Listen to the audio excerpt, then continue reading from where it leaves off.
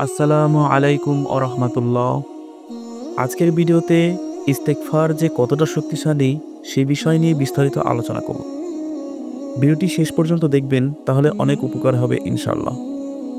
আপনি কখনো কি ভেবেছেন যে জীবন থমকে গেছে, সব কিছু কঠিন হয়ে পড়েছে? হয়তো পড়াশোনা, কাজ বা ব্যক্তিগত সমস্যার কারণে আপনি চিন্তিত। কিন্তু আপনি জানেন কি, একটি সহজ আমল আপনার জীবনে রহমত ও বরকতময় আনতে পারে।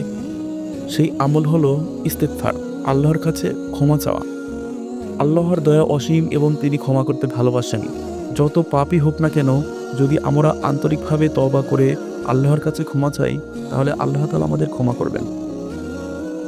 জীবন বদলে দেওয়া এক হাদিস, যে ব্যক্তি নিয়মিত ইস্তেগফার করবে, আল্লাহ তাকে সব চিন্তা থেকে মুক্ত দেবেন, সকল সংকট থেকে বের করে আনবেন এবং তাকে এমন উচ্চ থেকে রিজিক দেবেন যা তিনি কল্পনাও করতে পারেননি।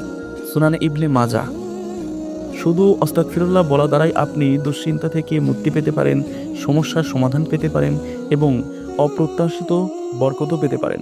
বাস্তব উদাহরণ: তোমরা তোমাদের রবের কাছে ক্ষমা চাও, নিশ্চয়ই তিনি অতি ক্ষমাশীল। তিনি তোমাদের জন্য প্রচুর বৃষ্টি বর্ষণ করবেন, তোমাদের ধন সম্পদ ও সন্তান সন্ততি বৃদ্ধি করবেন এবং তোমাদের জন্য উদ্যান সৃষ্টি করবেন। সূরা নূহ। এই বিশ্বের সবকিছু আল্লাহর হাতে। ইস্তেগফার পড়লে শুধু পাপ মাফ হয় না, জীবনের সব ক্ষেত্রে বরকত আসে।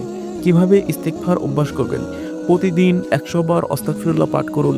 প্রতিদিন নামাজের পর আস্তাগফিরুল্লাহ পড়ুন। রাতে ঘুমাতে যাওয়ার আগে নিজের ভুলগুলোর জন্য ক্ষমা চান। আল্লাহ ক্ষমার দরজা সবসময় খোলা। আজ থেকে শুরু করুন, আস্তাগফিরুল্লাহ পড়ুন এবং আপনার হৃদয়ে প্রশান্তি অনুভব করুন। আল্লাহ আমাদের সকলকে হেদায়েত দান করুন এবং আপনার রহমতের মধ্যে আবিষ্ট করে রাখুন। আমিন।